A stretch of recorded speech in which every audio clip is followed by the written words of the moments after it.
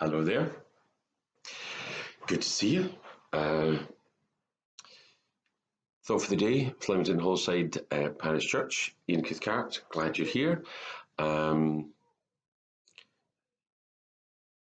of the recurring themes that you have in the coronavirus pandemic lockdown is the fact that all the normal bad stuff carries on. Funerals still happen, bereavement still takes place, and it's just the fact that lockdown makes them 10 times worse. I came across this article just because I was reading. This is in an online publication called HuffPost, Huffington Post. And I've resisted it because I have to read out a big chunk of it, and it just sounds as if I'm not doing my job properly. I need you to get the flavour of this to get some understanding. When lockdown began, I hadn't spoken to my dad since Christmas.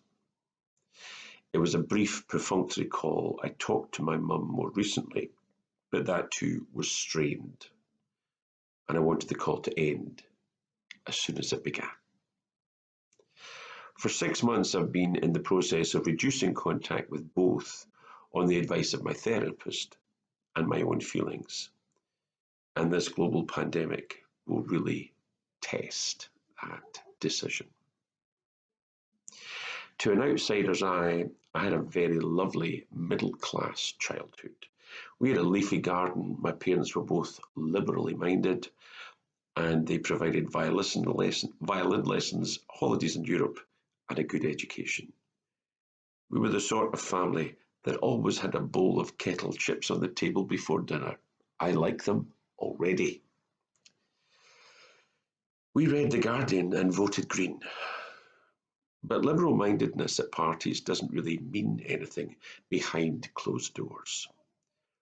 Both my parents are narcissists, albeit in very different ways. My dad, the vain, sometimes aggressive, type A high achiever, and my mother, quietly manipulative, while willing herself into states of physical illness to keep me at home, caring for her. I spent my childhood swinging between trying to pacify him and keeping her safe. At its worst, my deepest fear when he was absent with work and she had periods of depression was that I wouldn't be able to keep her alive. What other people witnessed, fancy dinners, posh home, and what I experienced, serious mental health problems and emotional abuse, were so at odds. I became certain I was a fantasist. I would obsess over moments of kindness, telling myself it was my fault and relationships had failed.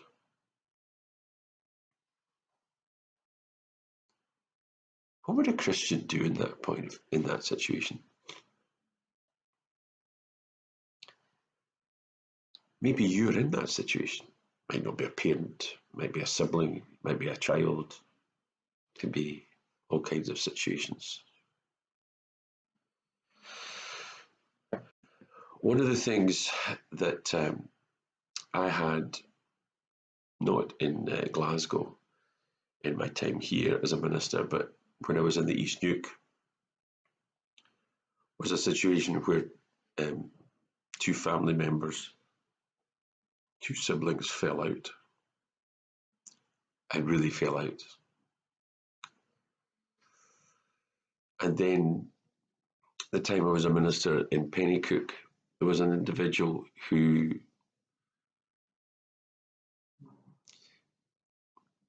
their mother had rented her daughter out for a bottle of vodka to an uncle. So all of that preamble is simply to say there might very well be people in this particular audience who are listening to this who are expecting some little, come on boys and girls, Sort out your problems and have a wonderful time together. The pandemic's bringing us all together, giving us that sense of what it is that's actually important now, and we should just put all the past behind us and we should all get on. Well, we should if we could, but the fact is, the coronavirus doesn't stop human beings being human beings, but it does make things worse.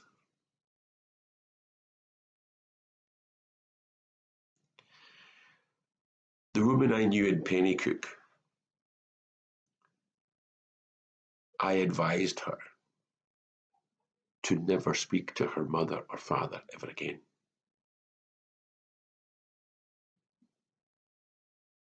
They didn't want her when she was born. She was a hindrance as she grew up, and they were simply trouble for her all through her adult life. It's precious little help to quote, "Honour thy mother and father as long as you live in the land, that it may go well for you."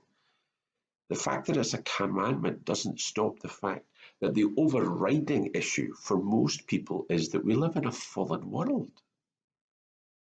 And while the vast majority of people can be nice, even if they're just pretending, they are nice.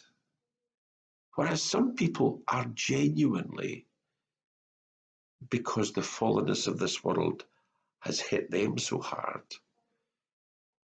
they themselves become awful, awful people. So what do you do, aside from quote one of the commandments about how we're supposed to look after our parents? In practice, what do you do? This is Matthew 18, 15, 16 and 17. If your brother sins against you, go and tell him his fault between you and him alone. If he listens to you, you have gained your brother. But if he does not listen, take one or two others along with you, that every charge may be established by the evidence of two or three people, 2 or 3 witnesses. If he refuses to listen to them, tell it to the church. And if he refuses to listen even to the church, let him be to you as a Gentile and a tax collector. That to me at least gives me the opportunity of recognizing there is a logic there. Everything's dependent on what the other person is willing to do. Falling out is not in and of itself some unforgivable crime. If you're in the middle of a family feud, then I guess you've had your part to play, but the reality is it's very rarely just one individual's fault. Both sides need to want to change. The difficulty is if they don't want to change, if they don't want to engage, if they don't want to talk to you, and if all you get is silence, there is nothing you can do about that.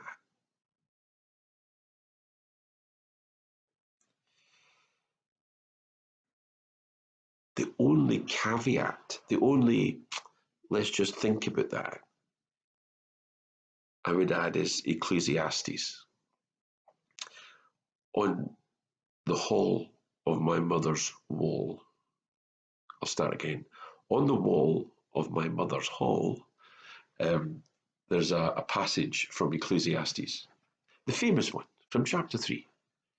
I'm reading verse 8. A time to love and a time to hate, a time for war and a time for peace. I interpret that to mean it's not even a kind of, Ecclesiastes is not a kind of ethical book, it's much more philosophical. And as a consequence, it's much more geared towards simply, it's almost a commentary on the human condition. And so the reality is that for most people, you get yourself into a situation where things are really, really tough. And as a Christian, they're still tough. But I want to finish with what this individual from Huffington Post, this is how she concludes her article. Having spoken in more detail about the relationship she has, she finishes off with this. I hide all this from friends because without the context of history, which few people know, I'm scared of seeming cold, uncaring, and selfish. My friends talk only about worry and love for their elderly parents. For me, it's something quite different.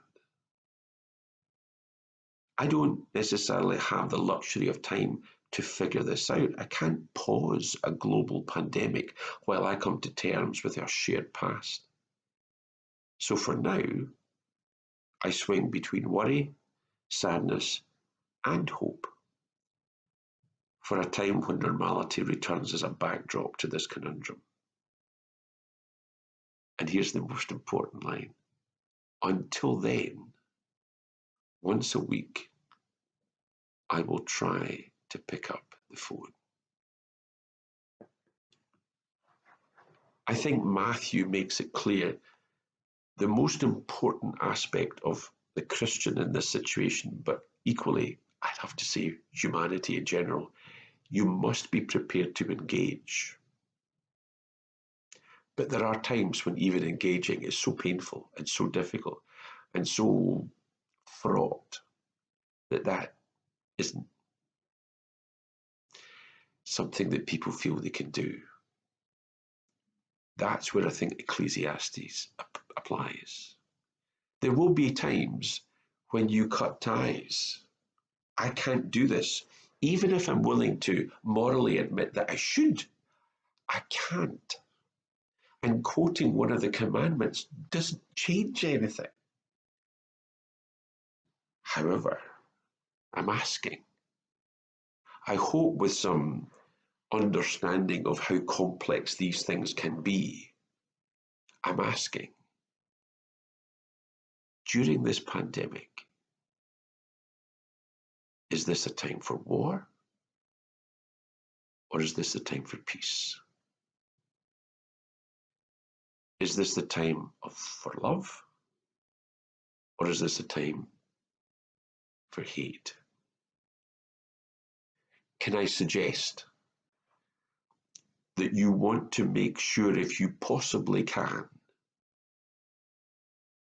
that when the individual you've fallen out with is no longer on this world and is dead, that your guilt doesn't near enough kill you as well? You cannot just think for the moment. You have to think for the future. Please go with God, because I know God goes with you.